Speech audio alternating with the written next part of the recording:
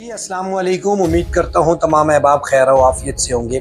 आप हजरात को मालूम है कि आज इजराइल ने बाकायदा तौर पर एक इस्लामी मुल्क ईरान के ऊपर हमला कर दिया। अब मैं अपने तमाम दोस्तों से और तमाम मुसलमानों से चंद गुजारिशात करना चाहता हूँ कि इजराइल डायरेक्ट ईरान के ऊपर हमला नहीं कर सकता।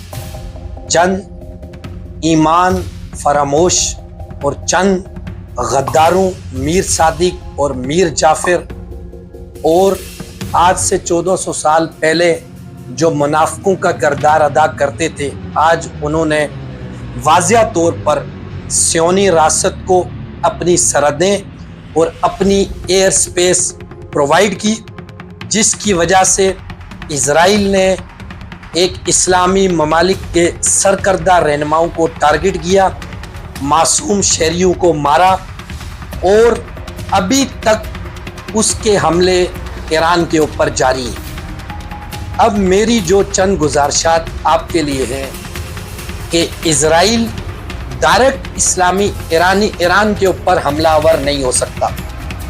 उसके बीच में 3 इस्लामिक कंट्रीज़ हैं जिन्होंने उसको एयर स्पेस प्रोवाइड की, जिसकी वजह से आज वो ईरान के ऊपर हमलावर है। ईरान इजराइल जिसको भी अपना दुश्मन समझता है और वो ये समझता है कि 55 से 56 जो इस्लामी ममालिक हैं जिनमें कोई मुझे नुकसान पहुंचा सकता है, तो उसमें सरफहरिस्त जो इस्लामी ममालिक का नाम आता है उसमें ईरान का नाम नंबर 1 पे आता है।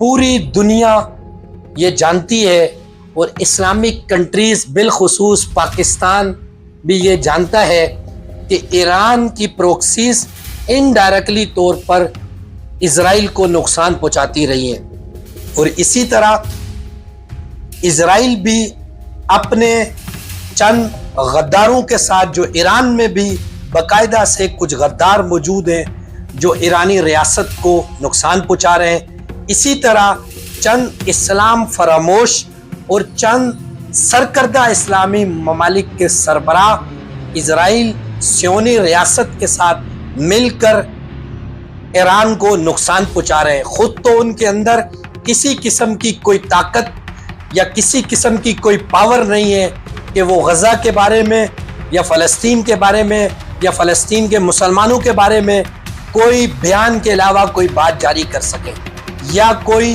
पावरफुल बयान भी जारी कर सकते। वो बेशर्म, बेकिरदार, बेगैरत, बेईमान, इस्लाम फरामोश मुसलमानों के सरबराह बन के बैठे हुए, उनको शर्म आनी चाहिए। और आज उन बेकिरदार और बेगैरत लोगों ने उनको अपनी एयर स्पेस देकर ईरान के ऊपर हमला किया और फिर ईरान जो एक इस्लामी मुल्क है उसने अपनी ताकत के मुताबिक इजराइल के ऊपर हमला किया, ड्रोन से हमला किया। तो उन बेकिरदार और बेगैरत लीडरों ने, जिनमें अर्दन का जो शाह है, शाह अब्दुल्ला, सरे किरदार है, सरे फहरिस्त आ गया इसराइल के साथ और उसने ईरान के ड्रोन्स को गिराया। अब मुसलमानों को एक बात तो ये तय होनी चाहिए और समझनी चाहिए कि 55-56 इस्लामी मुल्कों में अगर इजराइल की जो एजेंसियां हैं वो उनको पता है कि हमारे लिए सबसे ज्यादा नुकसानदा कौन है और वो ईरान था, तो उन्होंने आज उसके ऊपर बाकायदा से हमला कर दिया।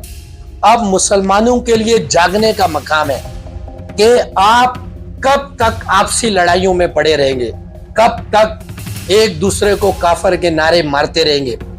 एक एक करके इजराइल ने पहले फलस्तीन को मारा, फिर शाम को मारा, फिर उसका क्या नाम है, उसने हिजबुल्लाह को तबाह किया। करते करते एक दिन पाकिस्तान, बलखुसूस आखिरी जो ताकत है वो पाकिस्तान की ताकत है, एक न एक दिन वो पाकिस्तान को भी तबाह करना चाहता है। इजराइल के ऊपर आप रिसर्च करें, इस सियानी रियासत के टारगेट क्या है। इसके टारगेट मक्का मुकरमा, तमाम इस्लामी मुल्क इसके टारगेट है। इनके टारगेट 100 साल के बने हुए। तो क्या उम्मत मुसलमान और तमाम मुसलमान इसी तरह खामोशी का किरदार अदा करते रहेंगे? इजराइल ऐसी सियोनी ताकत है जिसके लिए आज से 1400 साल नबी करीम सल्लल्लाहु अलैहि वसल्लम ने इरशाद फरमाया था। हिटलर ने चंद यहूदियों को इसीलिए छोड़ा था कि वो मुसलमानों को बताएं कि भाई इनको मैं क्यों कत्ल करना चाहता हूं। और आज हम सब ने देखा गजा के मामले पे जिन लोगों ने खामोशी इख्तियार की, आज देखें वो जंग बढ़ते बढ़ते शाम से होते होते आज वो हजबुल्ला को करते करते इराक से क्रॉस करते करते वो ईरान तक पहुंची है।